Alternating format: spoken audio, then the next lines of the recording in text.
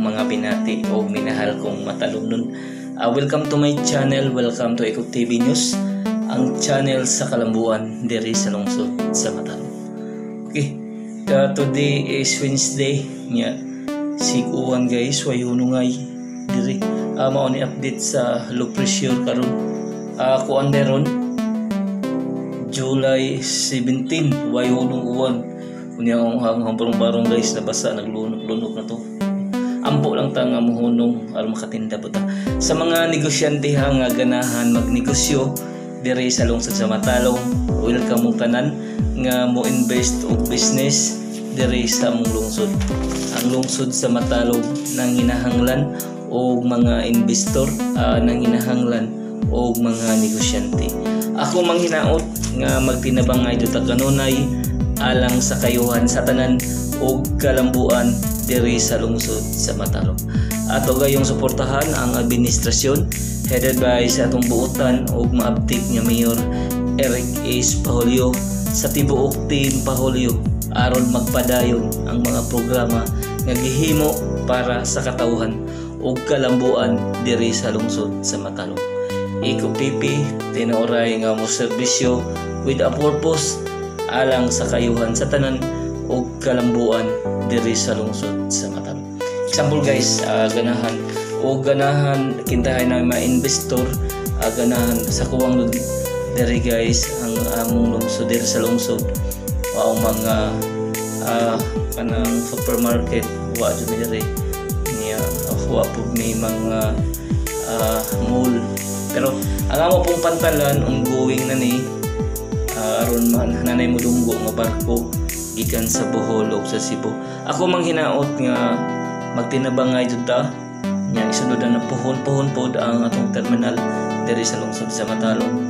Nya ato gayong suportahan ang administrasyon headed by sa atong buotan og maabtik nga Mayor Eric S. Pahulio sa tibuok team Pahulio aron magpadayon ang mga programa nga gihimo para sa katawhan ug kalambuan diri sa lungsod sa Matalom.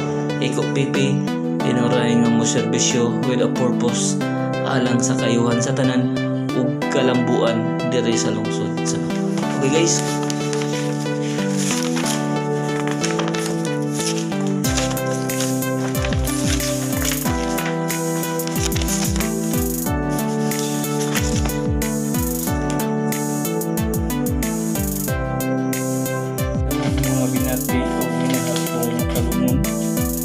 welcome to my channel, welcome to Iko TV diri sa lungsod sa Matalom.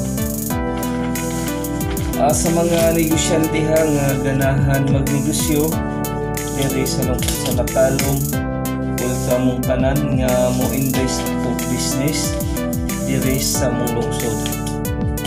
Ang lungsod sa Matalom guys nang hinahanglan og mga investor, nang hinahanglan og mga negosyante.